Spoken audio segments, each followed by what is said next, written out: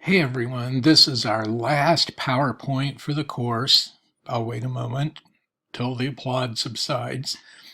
And I just want to offer some final thoughts about the Vietnam War. I want to return briefly, while I'm doing this, to content from last week's PowerPoint when we talked about how the Vietnam War was so intrusive in the presidential election of 2004. It really dominated that election as an issue, and as I mentioned last week, it was very peculiar given that the war in Iraq was ongoing. That should have been the focus of the conversation between the candidates, but instead it was a renewed argument about the meaning of the Vietnam War and particularly the role of Democratic Party candidate for president John Kerry. And I mentioned last week, and I've said it earlier in the course too, that Vietnam War is the war where you can be viciously attacked whether you served or whether you didn't. And I wanted to clarify a couple things that I mentioned in last week's PowerPoint.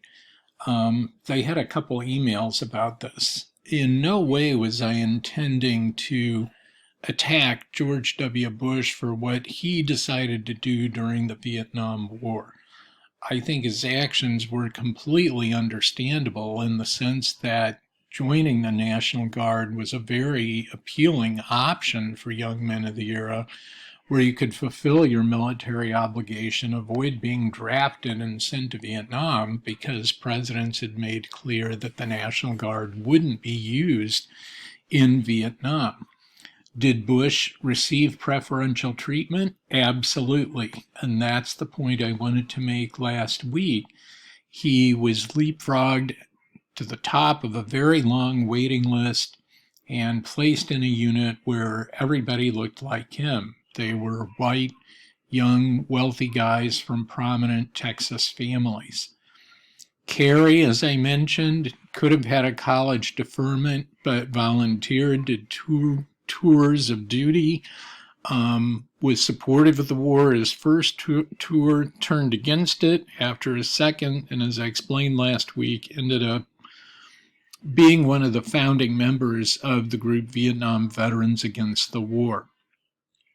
And as I mentioned last week too, I think that election demonstrated that Vietnam veterans were just as divided about the war and its legacy and its meaning as everybody else. Some veterans attacked Kerry for having participated in anti-war demonstrations, testifying about atrocities he saw. Other veterans defended him, and it's odd and remarkable, as I mentioned last week, that Bush is an example, and this generally holds true for conservatives. They just don't receive the same level of scrutiny or criticism that liberal candidates have, like Bill Clinton, John Kerry. A few years ago, I asked my 20th century history class if George W. Bush was even alive during the 1960s, and I had 2 or 3 students say no. Other students were having to really think about it. He's completely separated himself from that era. And I mentioned previously Bill Clinton getting preferential treatment with the number of deferments he received. So did Dick Cheney, who was criticized. Clinton, not Cheney. The contrast between Kerry and Bush offers a similar kind of comparison, where Kerry's the one who could have avoided going to Vietnam, volunteered to go, and ends up being the person criticized, where Bush served his time in total safety in the Texas Air National Guard, and as I indicated last week, the evidence suggests he didn't even finish his term. So, but I wanted to clarify, because a couple of people had misunderstood, I think, interpreted me to be critical of Bush for what he did. My point was his actions were understandable, but he clearly received preferential treatment, and then as a presidential candidate totally escaped the sort of scrutiny and criticism that Kerry was subjected to.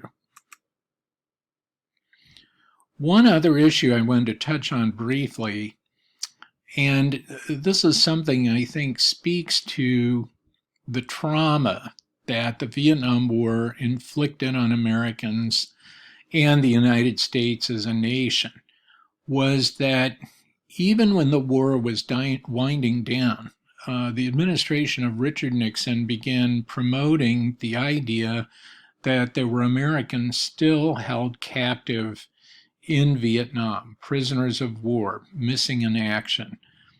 And in the aftermath of the Vietnam War, in fact, buttons like the one you see here and bumper stickers and flags were produced even before the Vietnam War ended, with either MIA for missing in action, POW for prisoner of war, with the slogan, "Only Hanoi Knows," implying that the Vietnamese government was deliberately keeping Americans prisoner even after the war ended. And this was an idea promoted in these bullshit Rambo movies and other films too. It's a completely false narrative. There has not been one shred of persuasive evidence that any Americans were held in Vietnam. In fact, the Vietnamese government has been extraordinarily cooperative over the decades, allowing different search teams of Americans to come to the country and try to find the remains of people missing in action.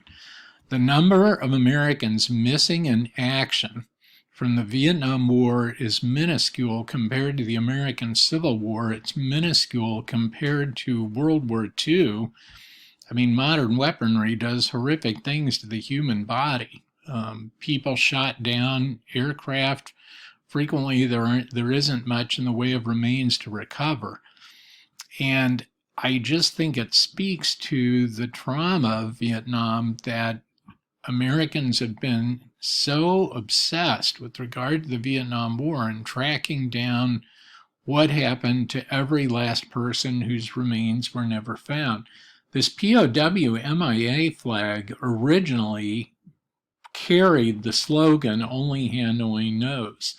And over the years, it's been changed to what you see now, "You Are Not Forgotten." I still see this thing flown at truck stops and rest stops. But it's a completely ridiculous notion. There's just never been any evidence that this has happened, but it's been promoted a lot in popular culture. And the fact that Americans clung to it for a long time, and the fact that you can still talk to people who believe this, speaks again to the impact that Vietnam had on the American consciousness.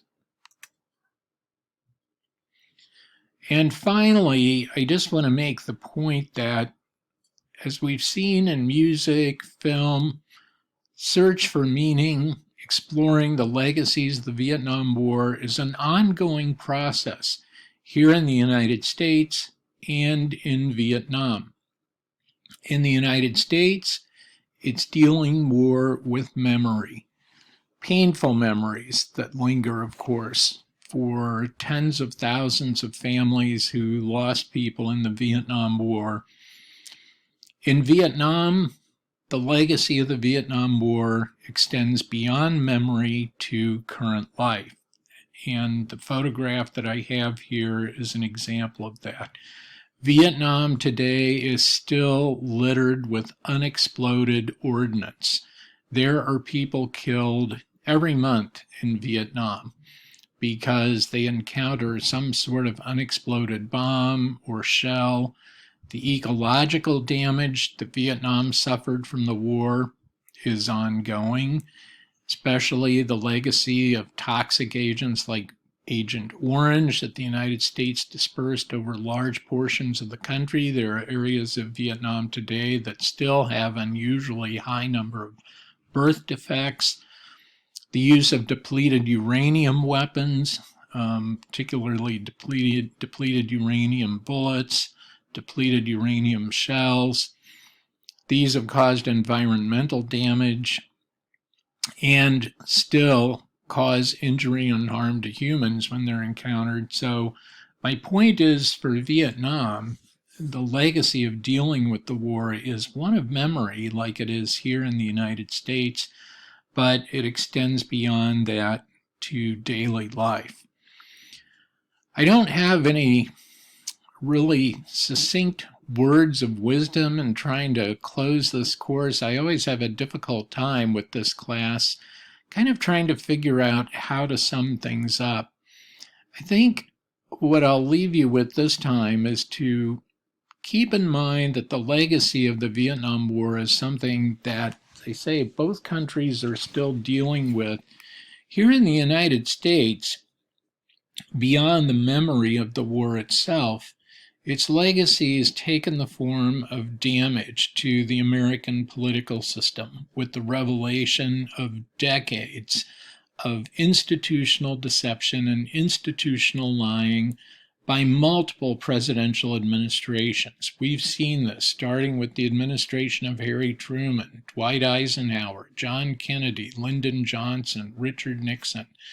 I still think we're living with the damage of that. The 1-2 punch of the Vietnam War, the Watergate scandal, is something I would argue as a historian we've never really recovered from. It's contributed to the skepticism and even cynicism that many Americans hold toward government today. And I think that's an important part of the Vietnam War's legacy. Vietnam veterans, as I pointed out, have had to carry extraordinarily heavy burden from this war, being categorized as killers rather than liberators, not coming back en masse, that is all at the same time as veterans from other wars did, but coming back individually over the many years of the war, to a war that was increasingly unpopular and that many people wanted to forget about initially. So it's been a particularly difficult burden for Vietnam veterans to carry because of the controversy about the war. Kerry Bush, we said, the election of 2004, an example of how a veteran like John Kerry can be criticized even for having volunteered and gone to the war. It's a complicated, messy legacy that Vietnam veterans have borne, just as the legacy of the war itself, complicated, complex, messy one that's still ongoing, both here in the United States and in the country of Vietnam.